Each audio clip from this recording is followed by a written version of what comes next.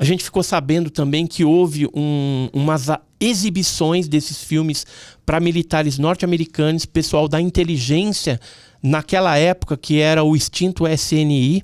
Então foram alguns agentes. Eu conheci um desses agentes, que é o Bessa. Hoje ele não está mais trabalhando na área, né?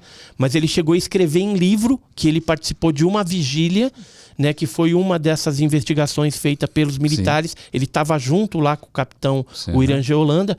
E todo esse material, hoje a gente tem informações, vou te mostrar uma coisa aqui.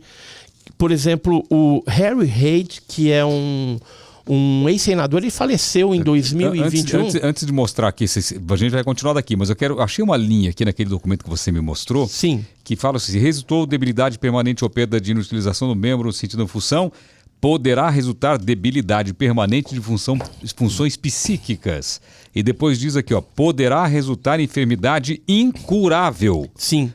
Tá aqui, ó, nesse relatório primeiro que você me mostrou aqui, tá vendo aqui? Agora, por que eles escolhem tanto algumas regiões? São regiões privilegiadas ou são regiões que eles estão interessados em algo a mais, como minério, tem uma riqueza no solo? Tem alguma informação sobre isso? Então, a gente percebe que eu vou falar de Brasil, tá? Brasil, a região norte e nordeste é onde a gente tem os casos mais agressivos. Quando começa a descer mais para o sul, tal, você não tem tanto.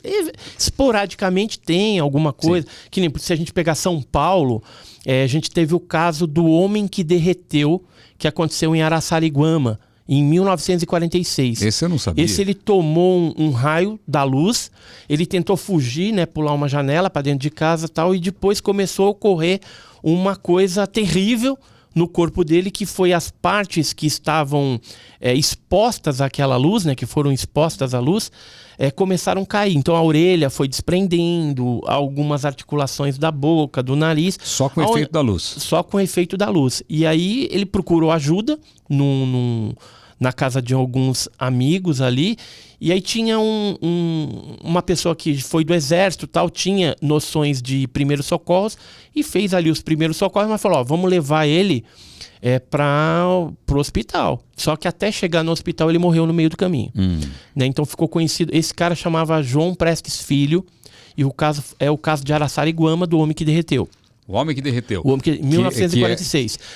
Tem um outro caso também, que é o caso de Pedro de Toledo, que aconteceu em 16 de fevereiro de 94, onde esse cidadão era um capataz de uma fazenda e houve vários avistamentos no bairro de Agenor de Campos, em Mongaguá, de luzes ali aparecendo. Sim. Aí os moradores ligaram para a 3ª Companhia de Polícia Militar.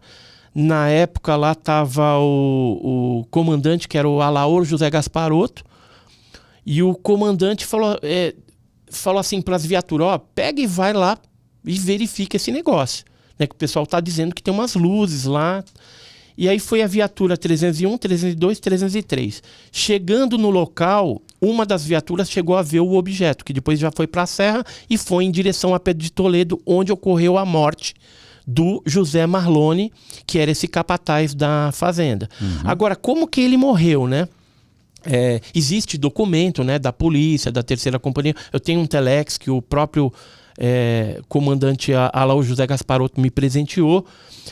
Nesse documento fala que eles entraram em contato com a base aérea de Santos, e um tenente chamado Tenente Gordini, ele deu uma olhada lá para ver se tinha alguma aeronave convencional na área, mas não tinha nada, né? Foi informado que não tinha nada e que eles ficaram ali monitorando aquele negócio, e depois o negócio sumiu em direção a Pedro de Toledo, né?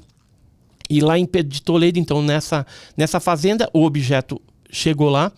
Esse capataz entrou para dentro de casa, se trancou no casebre ali onde ele dormia, onde morava. Só que antes de acontecer isso, foi tendo a mortandade, né? O objeto queimou alguns animais da fazenda. Tinha ali, por exemplo, bezerros. Isso está nos BOs, a gente conseguiu o dossiê. Um dossiê que deu causa-mortes lá indeterminada, depois para os animais e para o José Marlone. E quando ele entrou para dentro do casebre, ele se trancou por dentro. Só que o objeto deve ter ficado em cima, e aí quando ele foi encontrado morto já, ele estava dentro de casa, trancado pelo lado de dentro, e o cabelo tinha desprendido. Eu tenho essas fotos, mas aí não dá nem para mostrar aqui, né? Eu tenho num outro dossiê. Depois, futuramente, se você quiser ver isso, eu posso até te fazer chegar nas suas mãos. Mas o cabelo desprendeu, ele ficou todo queimado, mas a roupa não ficou queimada e os líquidos corporais dele foram drenados.